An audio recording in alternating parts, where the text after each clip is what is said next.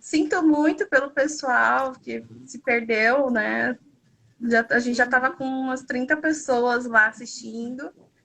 Em geral, mães não utilizam muito o Instagram. Eu tiro isso pela minha mãe, né? Mas bora lá, vamos começar, né? A Que minha mãe é o senão, contrário, ela usa o Insta e não usa o Facebook. aqui não, a predominância é uh, o Facebook, por isso que eu dou preferência. Eu vou agir como anfitriã, então. Primeiro, agradecendo a você por ter aceitado o convite, né, Mariana, que é neurocientista e mestre em neurociência pela Universidade Federal do ABC, e agora está fazendo doutorado em psicobiologia.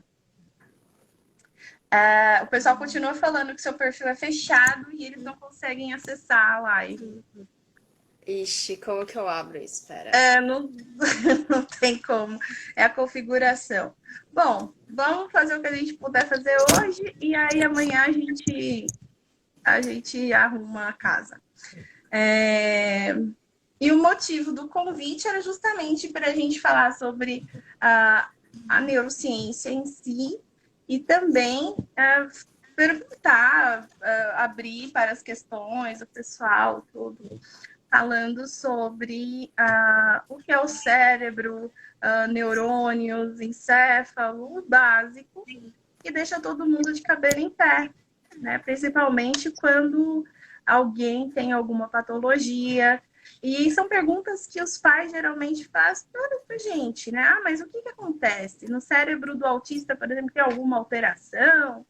E no cérebro do TDAH tem alguma alteração, né? E o fase eu consegui entrar. Uhul! Ah, Espalha que a bom, tô palavra aí, tentando irmão. aqui. Gente, o que que eu fiz com o meu computador? Eu fiz alguma coisa aqui que ficou estranho, mas tudo bem. Vamos que vamos. Bom, primeira coisa, então, hoje eu vim conversar um pouquinho com vocês para mostrar que neurocoisas não são coisas de outro mundo. Geralmente as pessoas colocam, né, o prefixo neuro nas coisas, é tipo um quântico, né? Quando você quer vender alguma coisa mais cara, quando você quer deixar alguma coisa com uma cara de mais importante, você coloca tipo neuro alguma coisa. É... Porque parece que é aquela coisa que quando é difícil, ela tem um status maior, ela tem alguma inacessibilidade que faz a gente ficar curioso e eu mesmo achar que, nossa, deve ser melhor então. Mas o objetivo de hoje é trazer um pouquinho de neurociência. Eu não vim falar de uma forma difícil, porque eu acho que aí não serve para nada. Vim falar numa live de forma difícil e, bom, para que trazer, vim falar um monte de termos complicados. Eu trouxe figuras, ó, mana, que eu Ai, falei. que lindo! Então, acho que a primeira coisa, eu acho que tá dando pra ver, não dá. Dá sim, Uma que você tinha pedido para falar um pouquinho de neuroanatomia. Então, sim. de coisas básicas. Aqui a gente tem um encéfalo. O que, que é o encéfalo? Ele é o que a gente tem dentro da cabeça, literalmente. Então, essa parte enrugadinha que a gente geralmente vê quando a gente.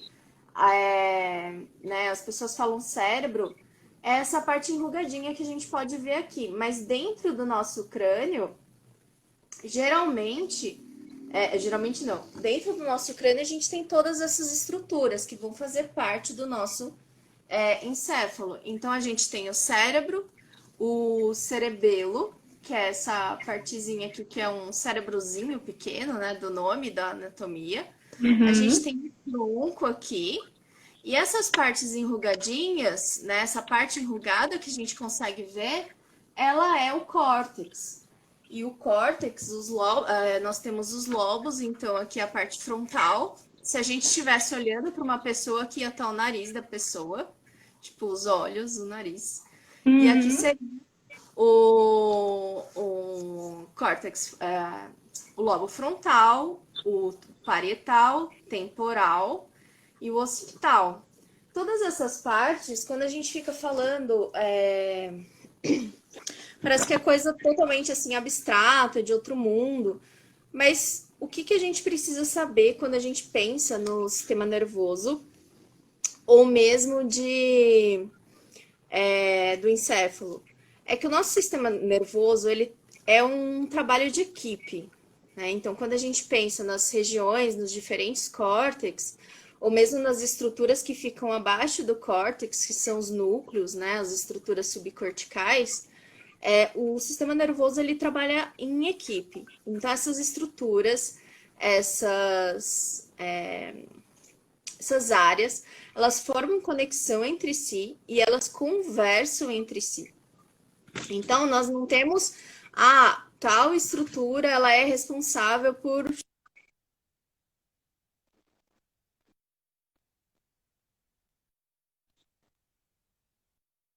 Para mim. estruturas.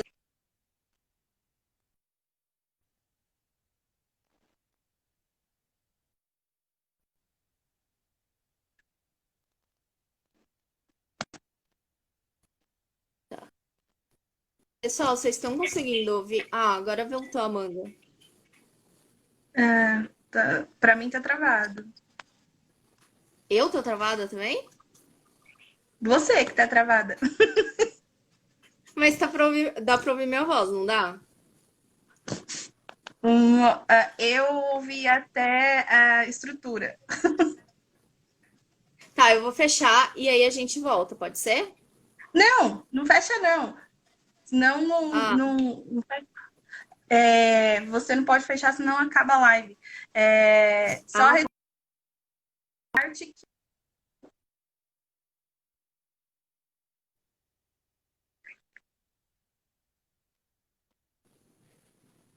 tá. Então, quando a gente pensa, uma coisa, assim, um paralelo, uma coisa que eu gosto de sempre falar é que o sistema nervoso, é um trabalho em equipe. Então, são várias regiões, várias estruturas diferentes que elas precisam conversar entre si para a gente executar um comportamento. Então, desde a gente observar alguma coisa, então, por exemplo, eu vou pegar a minha caneca. Para eu conseguir pegar, fazer esse comportamento de pegar uma caneca, eu preciso que várias regiões, tanto do meu córtex quanto núcleos subcorticais e o tronco, eles trabalhem juntos para eu conseguir olhar a caneca e pegar a caneca, ok?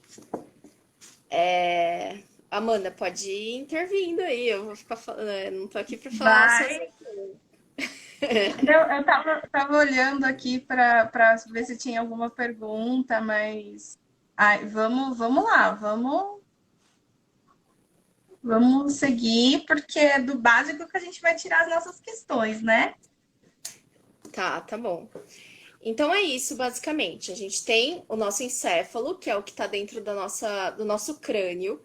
Aí, fazendo parte do encéfalo, então a gente vai ter o cérebro, que é essa parte dos hemisférios enrugadinhas, e as partes subcorticais, que são os núcleos, né, que ficam abaixo desse córtex.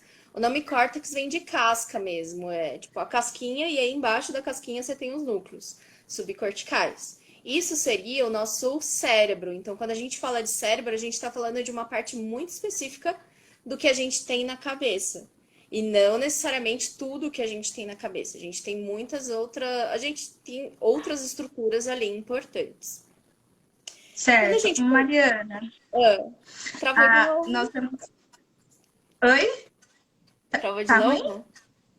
Não, não, Não, pode continuar. uma pergunta. Então, nós usarmos o termo cérebro está incorreto, no sentido de que a gente está falando de apenas uma parte, né? Como você disse, é o encéfalo. O encéfalo, então, o termo encéfalo é o que engloba todas as partes do cérebro.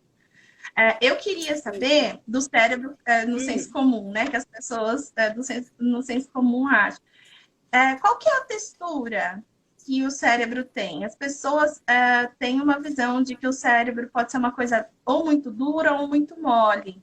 Como que é o órgão? Olha, se eu te contar que eu sou uma neurocientista que nunca peguei num cérebro, humano, mas assim, pensando, né, os aspectos, as coisas que tem nos livros e tudo mais, ele não é duro, ele não é um tecido assim que ele é relativamente, parece que é uns 2% da nossa massa corporal. E é mais ou menos assim, algo que textura, falando. Ixi, vamos resolver isso no doutorado. Minha orientadora já tá. Ele tem uma textura assim mais mole, mas ele tem uma certa. Ele não se desfaz, assim, é um negócio mais gelatinoso, talvez, para ficar menos abstrato. Ah, sim, entendo, consigo compreender. E, Meio e o cérebro, fibroso. ele é meio uma meleca, uma geleca, como as crianças daqui diriam. Tia, é uma geleca. Pode ser uma geleca. E o cérebro, ele fica no nosso crânio, colado nos ossos. Como que é? Como que ele se sustenta e fica aqui, nessa região? Por que que ele não desce? O que que tem? Se eu bater, por exemplo, se eu bater a cabeça, o meu cérebro vai sentir qualquer pancadinha, né? Não uma pancadona. Ah, tá. Vamos falar então sem ser uma pancadona. Existe alguma coisa que protege? Ou ele tá, como que é isso? Então, imagina essa estrutura, ela é bem frágil, né? Não dá para, por exemplo, ela precisa de uma proteção. Essa proteção, ela é feita pelo osso, nosso osso da cabeça é bem duro. É, E além dos ossos, ou do osso, nós temos as meninges. Nós temos três meninges que são uma cobertura a mais. Então, nós temos um líquido, né, que é o líquido encefalorraquidiano, que aí o nosso cérebro fica dentro, fica envolto desse líquido, e ao mesmo tempo nós temos as três meninges. Essas três meninges, que são camadas protetoras, que vão manter ali a estrutura do cérebro protegida, por exemplo, de um choque.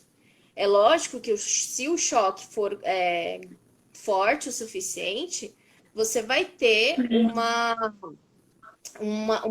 por exemplo, se eu bater meu braço, vai ficar roxo, né? Vai ter um hematoma ali. Se você tem uma batida muito forte, né, por exemplo, sei lá, um acidente, alguma coisa, você pode ter sim um hematoma se formando ali. E aí você vai ter uma série de problemas relacionados a essa lesão, dependendo de onde é, do tamanho e tudo mais. Mas a gente tem o nosso osso duro da cabeça, ele é como se fosse um escudo protegendo o nosso cérebro, ou o nosso encéfalo, mas tudo bem, todo mundo entende que cérebro é o encéfalo que a gente está falando. Pode continuar, Amanda. Eu acho que você travou agora. Amanda? Voltou, voltou. Entendi. E, bom, eu acho que a grande questão de agora é como que o cérebro funciona, como que essas coisas, o que que compõe essa coisa gelatinosa e como que a informação acontece para o cérebro. Porque se a gente pensar até esse momento que nós temos um osso, meninges e uma grande gelatina, né? Um grande corpo gelatinoso envolto nesse líquido, mas no sentido celular. O que Uhum, compõe o cérebro e como que ele se realiza, assim. uhum. Bom, como eu não sei se todo mundo que está assistindo tem o nível de biologia das pessoas, todos os nossos órgãos, né? Nós todos somos feitos de umas pecinhas muito pequenas, né? Que a gente consegue ver no microscópio, só que são chamadas de células. As células são a menor unidade funcional, né? Esse nome complicado, quando a gente pensa num ser vivo. Então, cada tecido do nosso corpo, ele tem tipos dessas pecinhas, como se fosse uma pecinha de Lego, vai. Quando você quer montar a pele, você tem as pecinhas de montar pele. Quando você tem osso, você tem as pecinhas de montar osso. No sangue, a gente tem as pecinhas do sangue, né? Que talvez as pessoas, quando fazem exame de sangue, elas estejam acostumadas a ver lá que tem as células vermelhas, as células brancas, e cada uma tem uma função específica. Quando a gente fala do sistema nervoso, ele também é formado por essas pecinhas de Lego, e essas pecinhas, né, que são as células do sistema nervoso, são basicamente a glia e o neurônio. O neurônio é o cara famosão, que todo mundo conhece, e a glia é aquela que, assim, muita gente nem sabe que existe. Mas a gente tem A mais guia glia até do que. pode. O neurônio é o cara famoso e a glia é aquela que, tipo, o que é isso? Mas tem muitas pessoas que estudam a glia, porque ela tem um papel muito importante. Os neurônios, eles são Sim. células, assim, bem sensíveis, frágeis, que não conseguem fazer, assim, muitas coisas. Elas são células tão especializadas na função dela que coisas básicas precisa de ajuda de outras células. E aí a glia entra nesse papel, ajudando o neurônio, protegendo o neurônio, alimentando o neurônio tá lá, né? É o reizinho do sistema nervoso que todo mundo conhece. Tá dando para ouvir? Tá dando para entender? É que às vezes aparece aqui para você o vídeo. Mas tá indo. Manda. É a nossa internet em conjunto que tá ruim, será? Bom, não faço ideia, mas tá dando para ouvir? Tá. Eu tô conectada na internet fibra, então eu não tô entendendo por que que tá travando. Eu tô Aparece. na fibra também. Ai, meu Deus, Mas a tá dando fibra pra tá. ouvir bastante. A fibra Não, nos calma, caiu. mano, vai dar Tá, certo. tá... O Ah, Esaú, Saul você tá lembra do falando. Esaú? Uhum, O Esaú lógico. tá falando que tá dando ótimo, então vamos continuar, porque o Esaú falou que tá bom. Ah, o Isaú, Convida, gente, convida o Esaú um dia para falar sobre eletroencefalograma. aliás, era justamente isso. Esses tempos atrás, eu justamente fui atrás de Isaú para falar de eletroencefalograma. Isaú, Ó, manda ensina a ver gente aí, a vamos ler. continuar. Eu vou tentar trocar minha câmera para desenhar o neurônio, porque eu não resisto não desenhar coisas. Tá dando para ver a caneta, né? Olha só. O neurônio é aquela célulazinha que todo mundo. Pera, que eu tenho que filmar e olhar. Quando a gente só procurar na internet, vai ter alguma coisa parecida com isso. Que vai ser nosso. Opa, tá dando para ver. Que é o nosso neurônio. Desenhado bem zoadamente aqui. Mas o Imagina. neurônio é aquela. Ele parece uma arvorezinha. Então, aqui os cabelinhos dele. Que seriam como se fossem os galinhos dele, vamos chamar assim.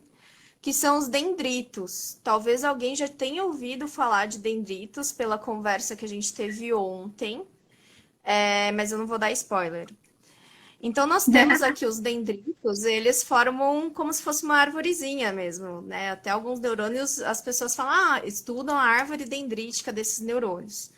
Que é onde, geralmente, você vai ter o estímulo, você vai ter uma informação chegando aqui nesses dendritos, e a informação vai passar através desses dendritos, chegando a essa região aqui, que chama o corpo celular.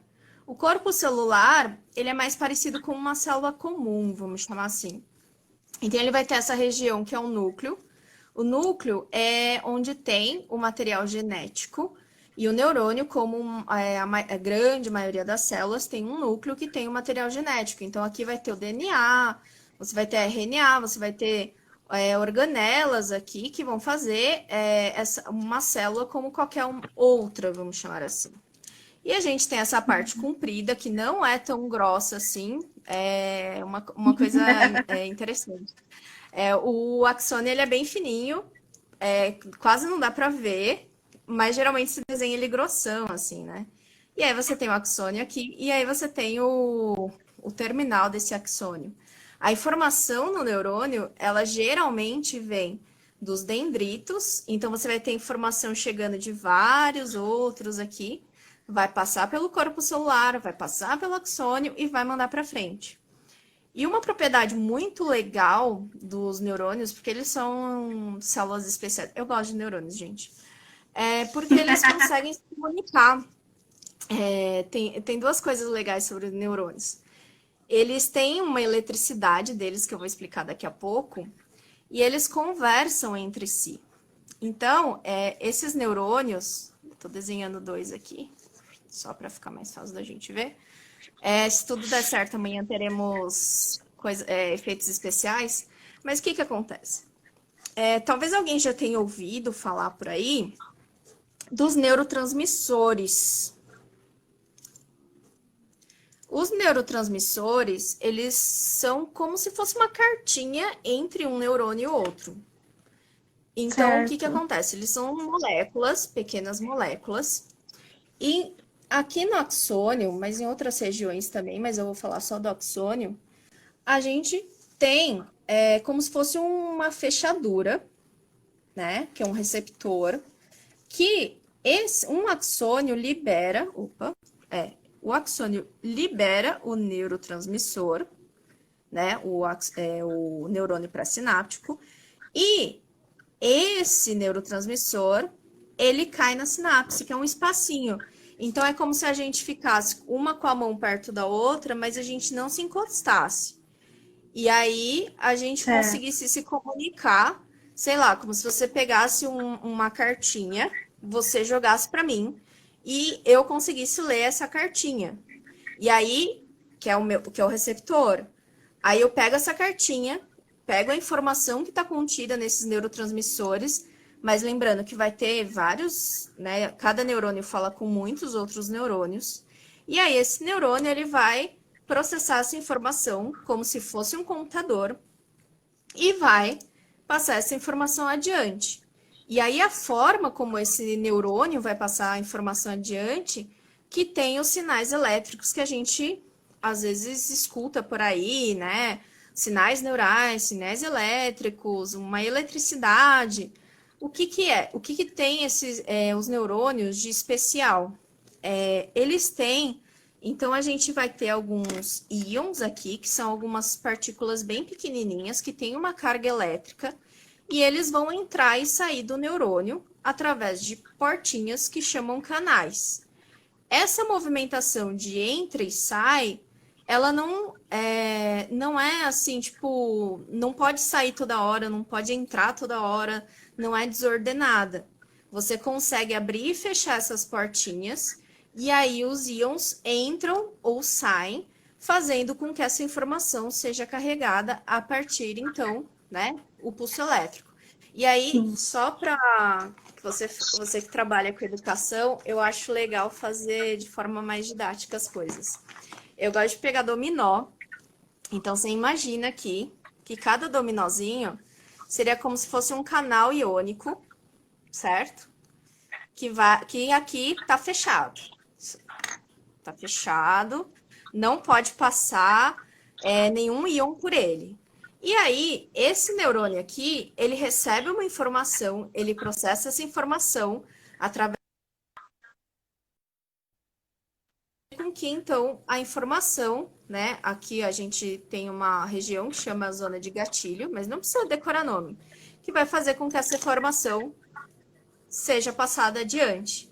Chegando aqui no finalzinho do axônio, você vai ter neurotransmissores prontos para serem liberados, e quando chegar a informação aqui elétrica, vai fazer liberar ou não esses neurotransmissores. E aí você vai ter uma comunicação entre esses neurônios. Acho que agora dá para voltar para cá, pera. E aí você vai ter a comunicação. A idosa da internet tá dando certo. E aí esses neurônios vão conversar entre si. E aí uma coisa que eu queria falar, aproveitando disso, esses neurotransmissores, não existe um neurotransmissor específico para isso, específico para outra, para aquilo, entendeu? Então, às vezes Uhum. falam, serotonina, felicidade, dopamina, prazer e blá, blá, blá. Não tem neurotransmissores específicos para cada coisa. O que vai Sim, acontecer é que nós temos que desempenham funções juntos, eles trabalham como se fosse rede, né? É um trabalho em equipe, ele é a rede, e eles conversam entre si com neurotransmissores. E sim. aí você vai ter vários neurotransmissores sendo liberados em regiões específicas, em momentos específicos. E aí a chavinha, né, que eu falei que é o receptor, tem várias chavinhas para cada neurotransmissor. E cada chavinha pode fazer com que esse neurônio dispare mais, dispare menos, que entre alguns íons, que entre outros, que fale, por exemplo, para o núcleo, olha, precisa, vai ter uma, acontece umas mensagens internas ali daquela célula que vai fazer, olha, produz mais dessa proteína, produz mais daquela proteína, ou não produz. E aí toda essa comunicação vai fazer com que a informação seja propagada. E aí você vai ter essa Sim. rede neuronal trabalhando junto para desempenhar um comportamento. E aí, só para Sim. quebrar um pouquinho o mito desses neurotransmissores terem função, quando a gente fala da dopamina, né? O pessoal fala, ai, dopamina é prazer, mas a dopamina ela também é muito importante para a motricidade. Então, Sim. quando a gente. O pessoal que estuda a doença de Parkinson, por exemplo, eles estudam, eles fazem alguns modelos, né, em que você mata apenas os neurônios dopaminérgicos de uma região lá do tronco.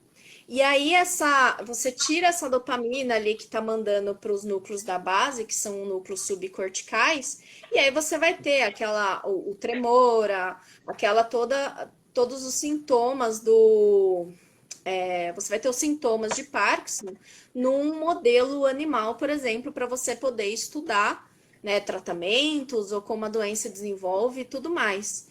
Sim. Então, a gente falar, tal neurotransmissor é de tal coisa, é meio complicado. Porque até aquela tal coisa que vai falar do neurotransmissor, sei lá, prazer, recompensa. Você vai ter sim o papel da dopamina, mas não é só a dopamina que está modulando todo aquele comportamento. Você vai ter outras regiões conversando entre si, e essas outras regiões vão liberar outros neurotransmissores. Então você tem a dopamina na jogada, mas você tem outros ali também sendo liberados, e você tem Sim. toda a conexão, atividade de várias regiões. Então fica assim complicado, é uma simplificação. Sim. Meio Que que a gente só tem que tomar ajuda no cuidado. filme. No Que filme. só ajuda no Aliás, filme. aquele filme dos 10%, gente, a gente usa nosso cérebro inteiro. Não tem essa de usar só 10%. Eu não sei Sim. exatamente, sempre esqueço a história da onde surgiu os 10%, mas a gente usa nosso encéfalo inteiro. Então, não tem essa de, eu vou aumentar minha capacidade, eu vou tomar alguma coisa para ficar mais inteligente. Eu vou tomar alguma coisa para melhorar isso, para melhorar aquilo. Não. É melhor não mexer em nada, porque você já tem o 100% bom. Para o bem ou para mal, você já tem o 100%. E não tome nada sem ir ao médico, né? E seguir direitinho a Sim. recomendação do médico. Então, nada de, quero aumentar a minha capacidade cerebral. Não, não vai acontecer isso, gente. Ô, Mari, essa classificação, é muito comum as pessoas falarem dos neurotransmissores, né? Os mais conhecidos aí, a serotonina, noradrenalina, né? Que são os que mais estão aí na boca do povo, né? E aí eu lembro daquela animação, Divertidamente, em que tem os Uhum. bonequinhos com as emoções ligadas ali, de alguma maneira, à capacidade de um neurotransmissor. E é muito interessante que quando a gente fala de neurotransmissores, me vem vários transtornos, várias patologias em que existe uma falha justamente na comunicação ou na produção dos neurotransmissores. E também me remete à negligência de muitos profissionais que trabalham com saúde mental com relação aos hormônios, porque o cérebro também precisa dos hormônios ali para produzindo todas as suas funções. E aí eu sempre fico meio encasquetada. Eu falo, por exemplo, o sono. Aqui as crianças, às vezes, têm muita dificuldade para dormir, muita dificuldade. E aí o médico, ele faz uma opção, como primeira opção, por exemplo, às vezes dá um sedativo. E alguns outros fazem a opção da melatonina, que é um hormônio natural que a gente produz para poder dormir. Existe uma eficiência com o sedativo, existe uma eficiência com a melatonina, mas o que me chama a atenção, isso daí vai variar de criança para criança, né? Eu estou falando de crianças de 2 até 17 anos de idade, por exemplo, e que é o que a gente atende aqui na ONG, que quando começam com sintomas de insônia, né, que é bastante presente em bastante dos transtornos, tanto no autismo quanto no TDAH, no TOD, ansiedade, depressão, aí eles fazem esse manuseio. Aí dá o sedativo, às vezes ele é ineficaz, porque não foi verificado os níveis de melatonina dessa criança. Então, o remédio acaba sendo ineficiente. E, às vezes, dá melatonina e não é eficiente, porque melatonina sem serotonina não tem como produzir o sono. E aí você fica naquele jogo, assim, medicamentoso com as crianças, que não é muito legal. E aí a sua fala vem muito coerente com o que eu falo para as mães, para que a gente esteja atento a tudo de uma forma muito sistêmica, muito completa. Também com relação à sua fala, quando você traz essas coisas de vou aumentar a capacidade cerebral comendo nozes, comendo mais peixe, porque eu preciso de mais ômega 3, essas coisas todas. Esses mitos, eles percorrem muito tratamentos que a gente aplica aqui para as crianças. Então, enchem as crianças com vitaminas, principalmente vitamina D, vitaminas do complexo B, enchem as crianças com dietas que podem aí potencializar o cérebro e tudo mais. E aí é muito importante essa fala para desmistificar. Eu não acredito que não ajude. Acho que a gente se alimentar bem, o corpo funcionar bem, é algo bom na sua totalidade, não só para o cérebro. Né? Por exemplo, se o seu intestino não funcionar bem, gente, se você não fizer cocô, você não vai pensar direito. E a gente valoriza muitas questões cerebrais em detrimento de outras partes do corpo, né? E aí, depois desse meu comentário que pode ser inútil, eu queria que você falasse um pouquinho da glia para a gente. Existem pesquisas hoje para o autismo, principalmente, focadas somente na glia. Qual que é a função da glia? Só retomando um pouquinho a fala, antes de falar da glia, que você falou do diagnóstico. Eu acho assim, é muito importante quando você, né, você tem um diagnóstico, procurar um bom profissional para uma equipe, né, de bons profissionais para essa equipe fazer uma avaliação. Então, se uma criança não está dormindo, se uma criança não está fazendo alguma coisa que era esperado que ela fizesse, tentar investigar o porquê que ela não está fazendo isso. Né? Então, investigar como que tá esse sono dessa criança, como que é a rotina dessa criança, ver com um psicólogo, né, tentar investigar melhor isso antes de, né, simplesmente tacar um remédio.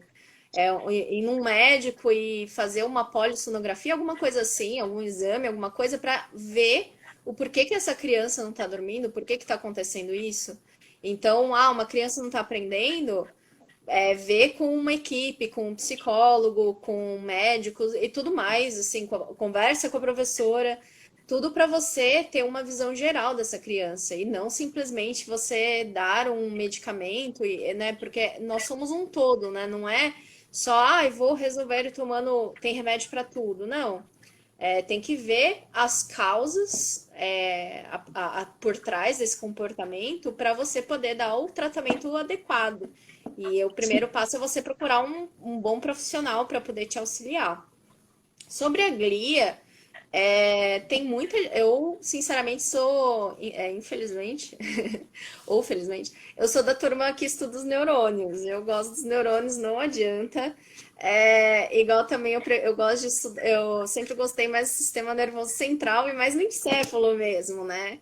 Uhum. Aquela matéria que a gente fez juntas, assim, tipo, que a gente ficou vendo um monte de coisa periférica, eu me animei. Só depois quando foi realmente, né, nos núcleos da base, córtex, é que eu me animei. Bases Então neurais a da gente motricidade. apelidada carinhosamente de bases neurais da morte. Mas a gente Base sobreviveu. Mas então, quando a gente pensando na glia, né, não é minha especialidade a glia, assim como não é minha especialidade autismo. Mas a glia, elas vão, são vários tipos de glia. Então a gente tem a microglia, a gente tem os astrócitos, a gente tem a glia que vai, os oligodendrócitos, a gente tem as células de Schumann. A gente vai ter um monte de glias, um monte de células diferentes nessas glias, e cada uma vai ter uma função. Então, por exemplo, quando a gente fala na bainha de mielina, são células da glia que você tem ali o axônio e elas cobrem como se fosse o encapamento de um fio. E essa glia que vai estar ali, né, ela vai fazer com que a nossa transmissão seja mais rápida.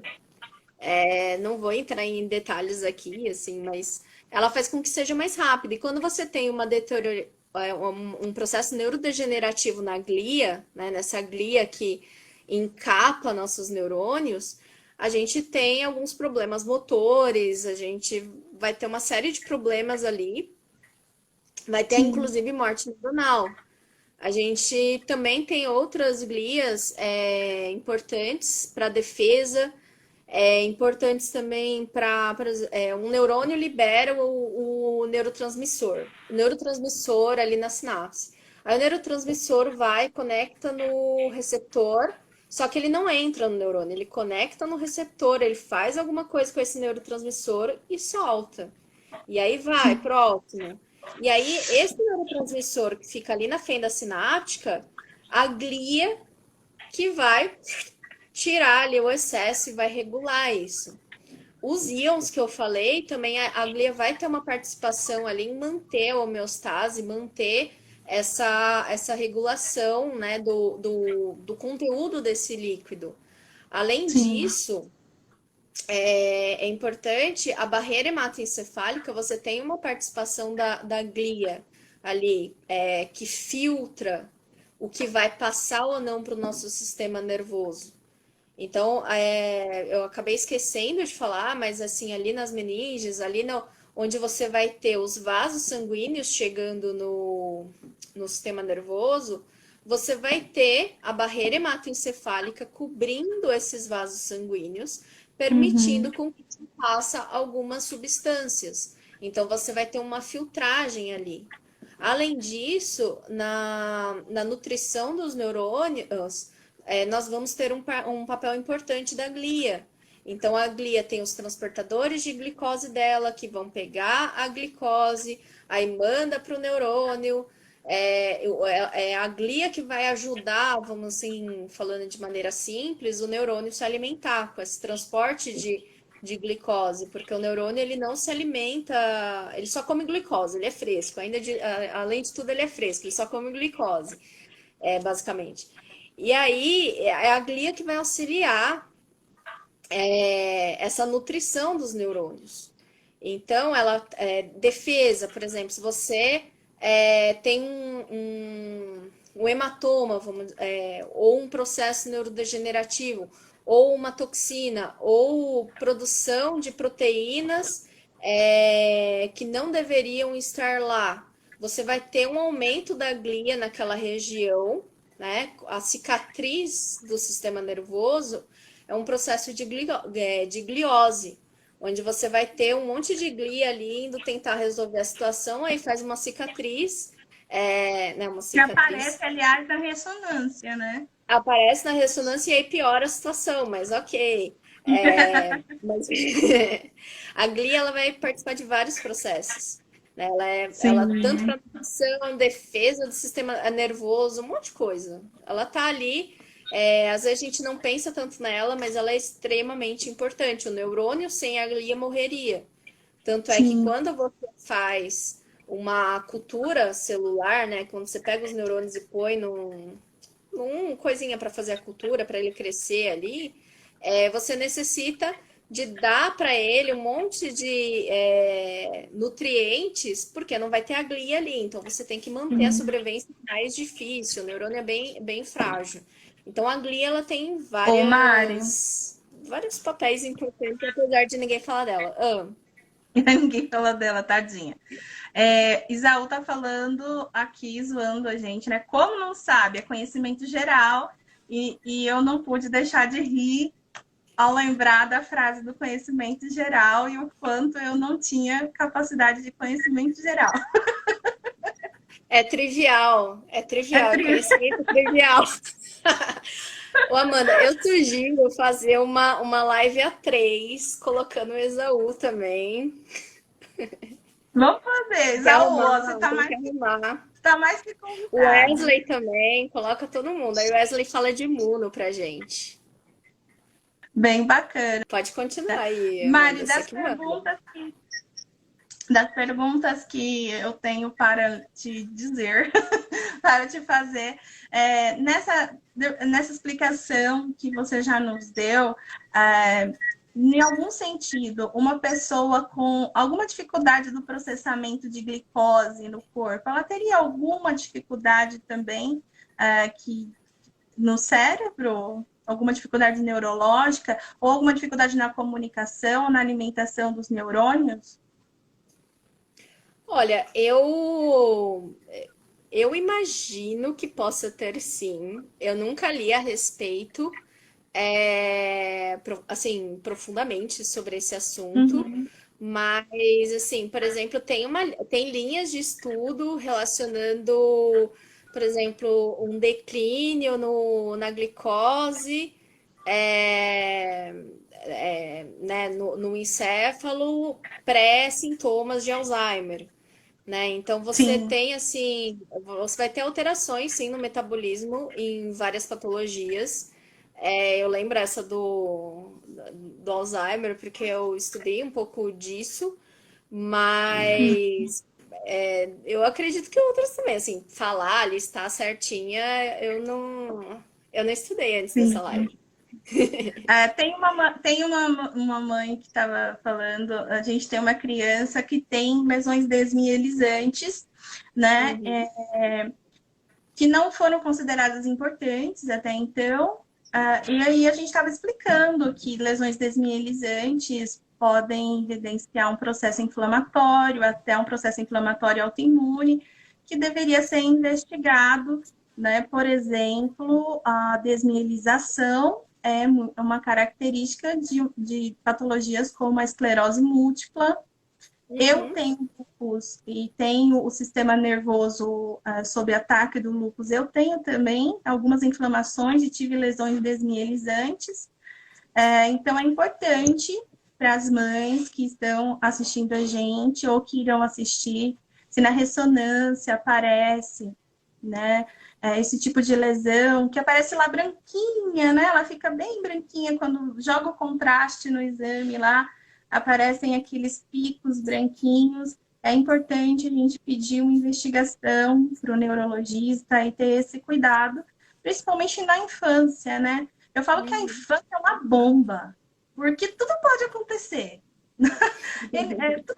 Tudo pode aparecer e tudo às vezes é bem diferente do adulto. Os sintomas, as coisas aparecem. Por exemplo, a depressão na criança, ela não é demonstrada como no adulto, com a melancolia ou com a falta de energia.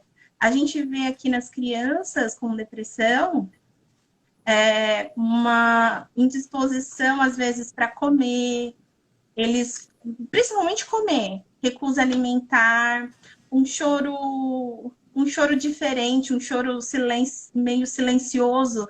Você olha para aquele serzinho tão pequeno e ele tá não é um choro de criança, aquele choro do berro, né? E aí a gente verifica que às vezes também um desinteresse pelas coisas, mas que não é tão evidente como no adulto, né? E aliás, a próxima pergunta é justamente sobre isso, né? Você está falando de neurotransmissores e falando um pouco sobre medicação. Como que as medicações nos ajudam? Por exemplo, isso qualquer uma. A dor. Como que eu tomo um remédio e de repente a minha dor passa? Minha dor de cabeça, minha dor no pé. Como que isso acontece no cérebro? Como que ele recebe a medicação? Primeiro, uma coisa bem bacana de se dizer é que o nosso cérebro, se você chegar assim e cutucar ele não sente dor. Né? A dor são sinais, são sensores que a gente tem no nosso corpo todo, que respondem a pressão, a estiramento, ou mesmo a substâncias. Então, por exemplo, você faz um corte, você vai ter uma liberação de várias substâncias ali. Essas substâncias, tanto inflamatórias ou mesmo para iniciar um processo de coagulação e cicatrizante, né? Você vai ter ali neurônios, nervos periféricos, né, sensíveis a essas substâncias, e ele vai, através dos seus nervos, passar essa informação que tem alguma coisa de errada ali. Né? Então você vai ter uma informação, olha, você cortou seu dedo, essas substâncias são liberadas, e aí seu nervo ali, ops, tem alguma coisa errada. E aí essa informação da dor vai chegar na sua medula, né, na medula espinhal, que é o que a gente tem dentro da nossa coluna. A medula espinhal, ela faz parte do sistema nervoso central. E ali na coluna, na medula, a gente vai ter uma sinapse que vai ter uma formação ali da dor. Por exemplo, medicamentos opioides, eles vão, tipo morfina, essas coisas, vão atuar nessa comunicação dos nervos periféricos ali, bloqueando esse sinal, ou atrapalhando esse sinal, né? Talvez a palavra melhor não seja bloqueando. Quando a gente fala, por exemplo, de anti-inflamatórios que a gente toma, Tilenol, Novalgina, blá, blá, blá, eles vão atuar nessas substâncias inflamatórias que nós temos e vai tirar a dor ali perifericamente. Né? Não é muito minha área, assim, explicar processos inflamatórios, mas ele vai atuar mais na percepção da dor. Então, evitar que essa resposta inflamatória, essa resposta causada por esse estímulo de dano, diminua essa resposta. Então, diminua o inchaço, diminua a liberação dessas substâncias que estão causando esse estímulo de tá doendo, tá doendo, tá doendo. Então, o medicamento, tem vários medicamentos e cada medicamento vai atuar em receptores diferentes, em sinalizações diferentes, né? A sinalização que eu falo é esses sinais, essas substâncias que são liberadas ali onde você está tendo a dor, avisando para você, olha, é uma questão de sobrevivência. Se a gente não sentisse dor, sabe, você corta, se não sentisse a dor, você corta o braço, fica sangrando e ia até morrer. Mas agora, quando Sim, você tem estímulo de dor, você tem a dor, ela ela é uma proteção. Ela é uma é muito adaptação importante. nossa dos animais, assim, pra, opa, tem alguma coisa errada ali, eu vou me proteger, vou sair de perto, vou Sim, atacar pra, né? É um processo adaptativo. Sentir dor não é ruim. É assim, não é de todo mal, né? Tá funcionando negativo, certo. O né? problema é quando Não, fica demais. E aí você tem que tratar essa dor de acordo com o que tá causando a dor. Não sei Mari, se eu respondi. o Instagram respondeu perfeitamente. O Instagram ele derruba a live com 1 hora. Então você tem que ver aí o Putz, eu não tempo sei quanto tempo. para. Ah, tá Você com tá vendo? 1 hora. Você Tá com quer menos de continuar? uma? Tá É, 56 porque minutos. se a gente for continuar, tem que abrir outra. Para você salvar essa daí, você tá vendo que Hum. tem o botão de salvar? Tem que Ixi. salvar. Vai aparecer. Quando você for encerrar, vai aparecer salvar no IGT, IVT, uma coisa assim. Ah, Aí tá. você, Aí eu. aí você clica lá para ficar salvo. Que daí a gente está falando de dor e eu comento sobre a variação sensorial que ocorre no autismo. E aí Aham. eu tenho uma criança que não sente dor. E isso é muito perigoso. Ele não tem defesas para isso, então ele se machuca muito. E além de não sentir dor, ele tem a comorbidade da cegueira. Então, nós temos uma criança cega que não sente dor. E aí você imagina o quanto o trabalho e o cuidado devem ser assim redobrados por conta dessa particularidade neurológica dele, né? Isaú tá dando tchau pra gente, disse que vai ver depois, desejando Pois eu sucesso. não me escapo da próxima. A gente dá um jeito de ser 3 pessoas. Sim, nossa, eu já convidei o Wesley, viu? Ele disse não na minha cara. Então, se você Ah, que o Wesley convidar, é importante. obriga Eu vou ele, fazer o tá? seguinte, eu vou encerrar essa live. Aí a gente, se você quiser entrar uma aí no seu, e aí a gente O meu continua, não sei lá. salva. O meu não Tá, salva. então vamos pelo meu, e aí eu abro de novo, você entra de novo, e aí a gente continua, tá bom? Perfeito. Aí, quem quiser assistir, entra de novo. Tchau, Beleza. gente, até daqui a pouco.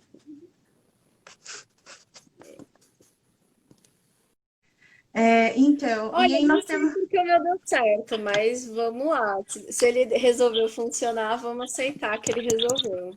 Amém. A grande questão, eu acho que a busca das pessoas para entender melhor o encéfalo, para entender melhor o funcionamento, com relação às próprias patologias, né? Eu vejo muito esse anseio nos autistas, principalmente nos autistas adultos. Eles querem entender por que o processamento sensorial deles é diferente, ou porque tem depressão, o que acontece com o cérebro, o que é a depressão, né? Então a gente tem muitas dessas perguntas. Mas você tinha feito uma pauta, né? A gente fugiu, eu sei que eu fugi da pauta. Oh, fugiu totalmente, mas tudo bem, Então, relaxa. Vamos assim, no improviso. não, desculpa, mas também você não me mandou nada escrito. Eu sou uma pessoa perdida. Vamos lá, pontos que você iria pontuar e que eu fiz você ir pro. Ah, antes da gente falar daquele caso, né, que você ia falar, você tinha pedido para falar de. Ah, mas eu acho que vai ficar para amanhã. Ou a gente vai hoje. A gente pode ir no embalo se você quiser. Você tinha falado de poda neural. Poda neural.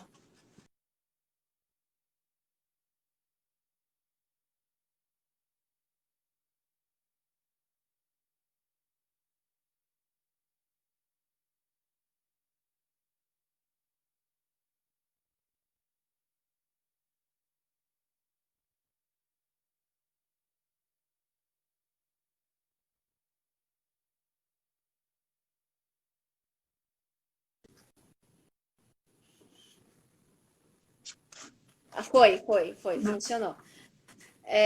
Bom, lembra, eu vou pegar o desenho aqui. Cadê? O desenho do nosso neurônio conversando com outro neurônio, certo? Primeira coisa, lembra que eu falei no começo da live, né, que essa parte aqui, os dendritos, tal, nós temos vários neurônios chegando aqui a informação e esse neurônio está se comunicando com vários outros neurônios. Esses dendritos e mesmo a comunicação aqui desse axônio, desse neurônio com o outro, não é algo estático, né? Não é algo fixo, né? Eu brinquei falando que parece uma arvorezinha, mas se a gente for pensar mesmo numa árvore, ela tem assim os galhos que vão crescendo, né? Quando você tem sei lá, mais sol de um lado, mais água, né? Esses galhos eles vão se modificando com o tempo. O neurônio é a mesma coisa. Então, o que é a plasticidade neural, que muita gente aí gosta de falar? Não tem nada mágico. Ah, um tópico que quase que eu esqueço de falar na live, que é importante falar, é assim, a plasticidade, ela não é nada assim místico, não é poder do pensamento, lei da sei lá o quê. Gente, isso daí não tem nenhum embasamento científico. Você pode acreditar se você quiser, mas não tem embasamento científico. O que acontece é que esses neurônios, nosso sistema nervoso, ele é plástico. O que significa ele ser plástico? É que, bom, ele não é duro? Não. Ele não é assim. Ele é flexível, ele se altera ao longo do tempo. Então, falando dos neurônios, né? Ah, um neurônio conversa com o outro e essa é a comunicação. Essa comunicação entre os neurônios, entre um neurônio e o outro, ela pode ser facilitada, ela pode aumentar, pode diminuir. Um neurônio ele pode aumentar os dendritos dele, né? Você pode ter uma arborização maior nesses dendritos. E tudo isso é a plasticidade. Então, você pode aumentar a conexão entre as regiões. Quando você tem um estímulo, quando você tem um aprendizado, por exemplo, todo mundo que está assistindo essa live, e até para mim, porque é uma experiência nova, apesar de eu estar falando as informações, é uma experiência nova para mim, tudo isso está sendo armazenado de alguma forma na nossa memória. Então, neurônios meus, neurônios seus, neurônios de quem está aí assistindo, tá ocorrendo plasticidade. Então você tá tendo modificações nas conexões, você tá tendo vários estímulos aí elétricos passando de um neurônio por outro, várias regiões se comunicando e tá acontecendo um processo de plasticidade. Por exemplo, quando eu aprendo a fazer uma habilidade motora, alguma coisa que eu não sei, eu tô tendo um processo de aprendizado, eu tô tendo um processo de plasticidade. Ao mesmo tempo, quando você tem uma lesão, você também vai ter uma adaptação do seu sistema nervoso, uma alterações nas conexões, você vai ter ali uma compensação nessas conexões, e a partir daí você vai ter uma plasticidade também. Então, não é nada mágico, não é nada, né, assim, daquelas coisas que a gente estava falando no começo, né? Neurociência e física quântica virou um neurocoach quântico, que você mistura um monte de palavra difícil, sem fundamento nenhum, e vende para as pessoas. Não, não é isso, não é lei da atração, pensamento, nada, força do pensamento. Eu tenho um estímulo, eu tenho uma informação, eu estou querendo aprender, eu sou exposto a novas experiências da minha vida. Essas experiências da minha vida, elas estão modificando meus neurônios, elas estão modificando a comunicação entre esses neurônios, que é a sinapse, e isso tudo vai modificando meu sistema nervoso. Ao longo do desenvolvimento, uma coisa legal de falar é que a gente tem essa poda, a gente tem uma morte de neurônios programada ao longo do desenvolvimento. Então, uma criança ela tem mais neurônios, né, do que um adulto, mas são neurônios imaturos. O que que são esses neurônios imaturos, esses, né, dos bebês? É como se fosse pensa numa plantinha, assim, uma plantinha com poucos galhos, né, pequenininha, fraquinha, e conforme você vai estimulando essa criança, ela vai se desenvolvendo, esses neurônios eles vão criando mais galhos, vão criando mais conexões e vai se fortalecendo. E isso é a plasticidade. Ao mesmo tempo, às vezes você tem algumas vias que vão diminuindo, e aí você acontece um processo de. Você pode ter uma diminuição ali. Mas assim, não é porque você está falando de poda que é algo negativo. Na Sim, verdade, a gente precisa dessa. É a qualidade e não necessariamente a quantidade. sim, Então não é assim algo assim, nossa, fim do mundo. É uma adaptação do seu sistema nervoso ao que está acontecendo ali no ambiente. Então você tem os estímulos externos, né, ou mesmo internos, que estão chegando ali para aquele ser vivo, para aquela criança, para aquele animal, para aquele adulto, para aquele idoso, sei lá quem. E o sistema nervoso vai responder de alguma forma, assim como todo o organismo, né? Assim, essa separação sistema nervoso e o resto. Não, o sistema nervoso, o nosso encéfalo, ele tá dentro de um corpo e ele se comunica com esse corpo, esse corpo tá tudo junto, né? Fica difícil você separar, né? Então, assim, é uma coisa que a gente tinha colocado aqui na listinha, neuroadaptação, plasticidade, poda neuronal, que não é coisa assim, tipo, de outro mundo. É só uma adaptação do sistema nervoso ao que ele tá sendo ali exposto. sobre a poda, existe podas que são mais importantes do que outras ao longo da vida? E tem tempo para isso? Um tempo determinado? Olha, eu não sou especialista em desenvolvimento, nem muito nem na parte de cognição. Mas as pessoas que Travou. estudam. Eita, Voltou. foi? Foi. Tá. Essa não é muito minha área, né? Eu não estudo muito isso. Mas você tem, sim, ao longo do desenvolvimento, algumas fases, né, do desenvolvimento. Eu não saberia te dizer com qual idade, mas você tem algumas faixa etárias que são mais fáceis, de acontecer alguma coisa do que outras. Mas não Vamos significa, pesquisar para a gente falar amanhã. Vou anotar aqui. pode ser, Para a gente. Por quê? Por que, pode que a ser. poda é tão importante, né, nessa live? Porque a gente está falando com um público predominantemente de mães e profissionais que lidam com autismo. A poda, ela traz comportamentos diferentes no autista. Ela é Uhum, muito clara, ela é muito evidente quando está acontecendo. Por quê? O comportamento dele pode haver uma mudança dramática para algumas famílias, em que o autista, por exemplo, fala e deixa de falar por um uhum. tempo. Não é permanente, mas existe um certo choque, né, com relação a isso, e a neurologia atribui isso à poda. Uma mudança no comportamento. Às vezes eles ficam mais chorões ou têm mais crises de choro, né? Aumenta os stims, que são as estereotipias. Existe uma mudança completa no comportamento deles. Então, sempre que a gente está diante de uma mudança comportamental no autista que é muito fora do que ele apresenta sempre, nós dizemos que é por conta de uma poda neural. Uhum. Então, fica muito. Os pais sempre querem saber, né, sobre isso. Sobre a plasticidade, a pergunta mas também a gente pode deixar para amanhã.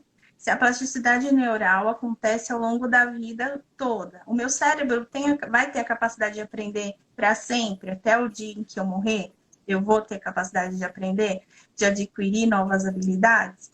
Essa é a grande Uhum. preocupação também, principalmente no universo autista, em que se criou um mito de que autistas adultos não são capazes de adquirir algumas habilidades. E aí a gente tem uma dificuldade quando a gente tem um diagnóstico tardio, em que desanima, né? Desanima o autista ali completamente, porque ele fala, então tá, então eu não vou conseguir melhorar a minha capacidade de concentração, eu não vou conseguir melhorar o meu reconhecimento facial, então, né, eu acabo entrando num processo aí depressivo ansioso.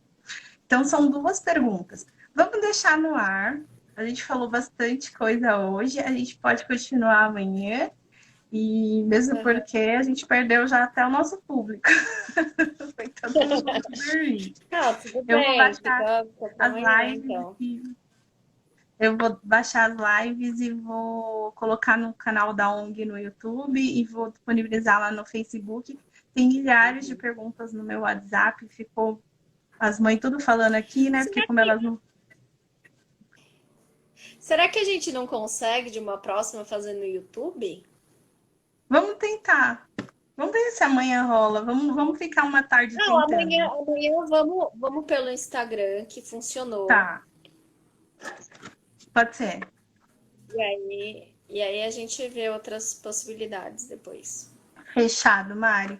Muito obrigada. Vamos convencer o Isaú a fazer uma live com a gente. E o Wesley. Anne O estava Wesley tá aí ainda? A Anne estava acompanhando a gente lá no Facebook, Aham. né? Mas ela não acabou não migrando para cá Tem também, que chamar a Anne para falar da trajetória de vida dela. né? Incrível. Eu falo que eu sou muito metida por ser amiga dela. E sou muito metida por ser sua amiga também. Eu agradeço Ah, que demais por isso. você ter aceitado o meu convite, por estar aqui, por dividir seu conhecimento comigo, conosco. Fará uma diferença muito grande, né? Quando eu jogar lá no Facebook, você vai ver as pipoquinhas das mães tudo falando. Essa, essa é a primeira live da minha vida. Na verdade, essa não, né? A anterior que a gente estava gravando. Ai, meu Deus. Mária, Aí é até isso, a gente vai amanhã. aprendendo. Vamos aprender, né? Assim mesmo. Ninguém é profissional, o importante é que a informação de qualidade e científica chegue ao público geral. E eu sinto que você é uma das poucas pessoas na minha vida com quem eu trombei que tem essa preocupação. Eu sou muito grata por isso, né? Porque existe um distanciamento entre o público e a ciência, e não deveria ser assim. E você é uma das poucas pessoas que pensa dessa forma que eu conheço, né? Uma das poucas cientistas que pensa assim. Então, eu te agradeço muito. Amanhã a gente está aqui de novo e aí vamos tentar trazer as mãezinhas para cá, com mais antecedência. Não, eu que agradeço a oportunidade. Como eu falei, é uma coisa que eu nunca fiz. Deve Fiz uma fazer mais. live, assim, eu preciso aprender melhor isso. Já me falaram algumas pessoas, faz.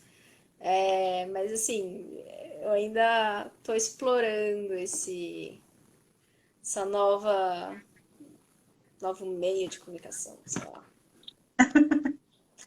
Essa nova forma de Vamos tentar. quarentar. Quarentainer, sei lá, liver, não sei lá. Viver na live. Então, obrigada a quem assistiu e aí a gente continua com perguntas amanhã no mesmo bate-horário, bate-canal e espero que sem problemas técnicos. Tem problemas técnicos. Beijão. Tchau, gente.